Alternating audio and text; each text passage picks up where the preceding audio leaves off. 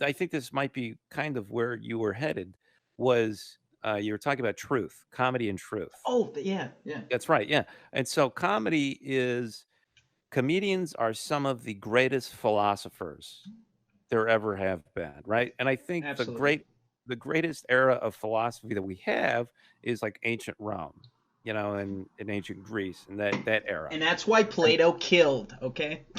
right. Well, that's they and I this was it was a lot of thinking, right? And humor. It's well documented. Comedy and humor and both of those time periods was extremely popular. As Humor was theater and as acting. was theater and acting, right? And it's because it's addressing societal things that happen, and you think, and so you have to sit down and you have to think about it, and you have to really tell the truth, and that's what makes it genuinely funny. Is you're like, okay, and you really dive down right to the deep depths of exactly what is this thing that we do and how it affects us. And then let's tell the truth about it. And then you acknowledge it, and then everyone's like, "Oh my god, yes." Yep. That's exactly it. Um, I think two thoughts here. One is the audience. With the audience, you have to trust the audience, and you have to trust that they know what you're talking about, right? You have to like believe. You have to like, okay, they are capable of catching up. The information I'm saying is not too weird. They're not stupid. They're smart people, right? And I think that's where you can also find some a genuine response from the audience is when they feel like they're being respected, right? Get the audience on your side, and you can get the audience on your side by telling them to fuck off right in the face. Like the first thing you can say is, "Hey, fuck yourself," and also let's look at this situation, right? And there's an audience that wants to hear that. I mean, how many people? I've always loved harsh humor. You know what I mean? Like I Oh like yeah, when it's dude. like, hey, fuck you. You know what? Hey, I love you, but hey, fuck you. You know what I mean? Oh, Like dude, that's. I laugh every time somebody genuinely tells me to fuck off. I think it's hilarious. I'm like, that is you. I want to hang out with you more now. Why Yeah, are you? we should Why be am I friends. so? Oh yeah, dude. It's like those like the girls I was turned on to in college were like girls that were Yes. like, why don't you fuck off? All right, like they would like as a love hate thing, they'd be like, because it just makes it so much more attractive. You're like, man, she really hates me, doesn't she? Like that is super fucking hilarious. For what? Hell Like yeah. why does she? That was one girl who I talked to a lot. She would like yell at me, like not like abusively, but she would like we would have like little fights Yeah. about nothing. She'd be like, "Why like you talk too much, like your voice is too nasally," and I'm like, "This is my it's my voice. What do you want?" And she's like, "You're just so annoying when you talk," and I'm like, "Oh my god, dude, what is your problem?" And then Oh my gosh. we would like go back and forth, just a little banter. And I'm like, man, I'm so attracted to her because she hates me. Like she didn't really hate me, but like, it was like a Right. play fight thing. So that was kind of a tangent. But then the other thing I was going to say is, you know, with with the with comedy, I think there's a definitely a balance that you have to have in comedy of being critical and being overcritical, because I think when you're overcritical, then you become the pessimist. And I think it's important for comedians to not necessarily be a pessimist about things, but be realistic about stuff. And I think if you're overcritical, if you're too harsh about it, I think you can, I think it takes a certain kind of, like a Bill Hicks type to really pull it off, right? But Yeah.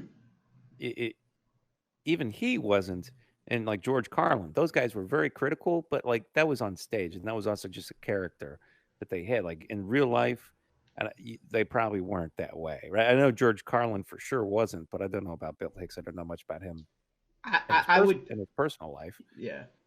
But I think it's because then you really turn people off, in your personal relationships, Right.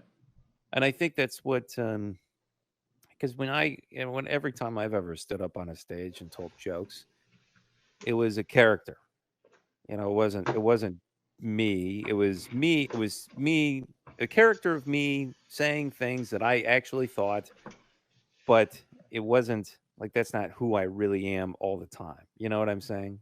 Right. Well, it's interesting too because like who you have to be in real life, it's like in real life, legal ramifications affect you.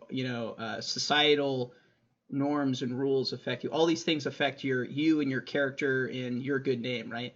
But when you're performing, it's funny in a way.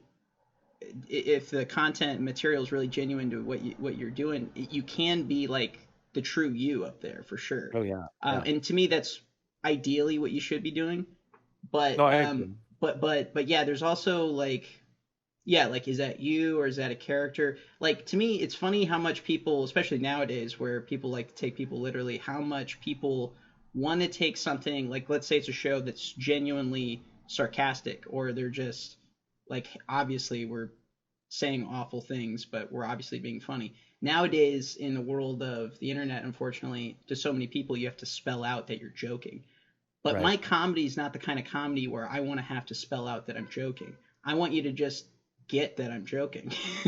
You know what I mean? Well, and I think that's why I've always done like a character where I'm like, yeah, I really don't feel as harshly about, this subject as I pretended to think I felt, right? But it was something that like I definitely have acknowledged. And I'm like, yeah, this is a thing that I don't like and or I'm making fun of.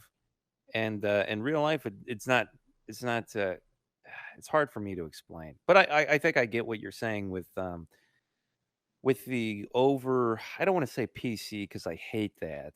Because I don't think it's PC. It's really PC such a weird thing.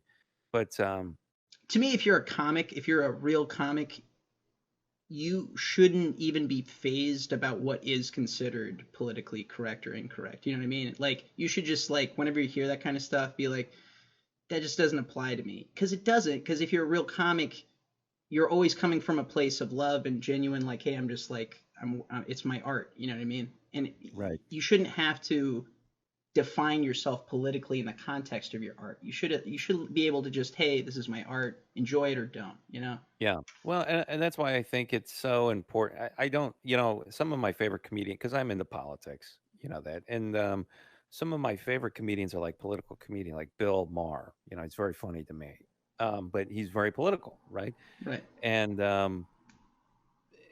and when you get politics involved, that's when people start taking sides, Right. right? And Because and it's I like, think oh, you're that's not on my team. Okay. And I yeah, get that. yeah, I do and then get and that then too. they're I don't like dividing a room personally. right. Well, and then they, and then people are overcritical about your jokes and about your delivery. And so Yep. that's why like political correctness and societal correctness or whatever is I think it's important to acknowledge things that are actually true.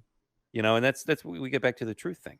And I think that it's important to acknowledge those things, but then I think people who blow up about it or like, get frustrated that you mentioned it are or said it are people who aren't willing to recognize the flaw um, in it.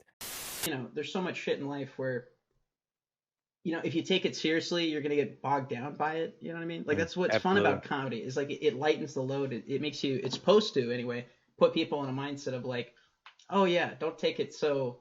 I don't have to be so intense about it all. It Yeah. allows No, for we everybody to take a pausing. pause, like a breath.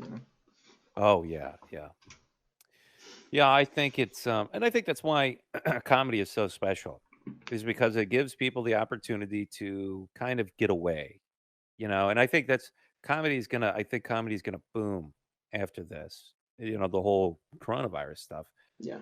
Is because that's also gonna be something that's very exhausting. I think every comedian has, like, a fucking airplane joke, oh, the travel joke, "Oh my god, I fly so much," and, like, they all have a story, right? And now every comedian's gonna have a fucking coronavirus joke, right? It's, like, gonna just be like, "God fucking damn it, this is just exhausting." But I think people like to escape the real world and comedy is kind of like a movie a movie you really do escape and like a rock concert you really do escape because you're like focused on the content, right? The content is kind of separate from the world.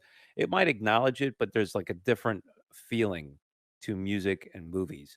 When you Yeah. do stand-up comedy, you're escaping from the world for in a weird way because it's a good stand-up comic, you're escaping the world, but you're entering into like a lecture about the world, you Yeah. know, Yeah. and it's like a review, and it's a release of like, "Whew, all right, this stuff isn't that serious. The world isn't that serious," and it's a nice kind of, I think, a reset on your view of society. So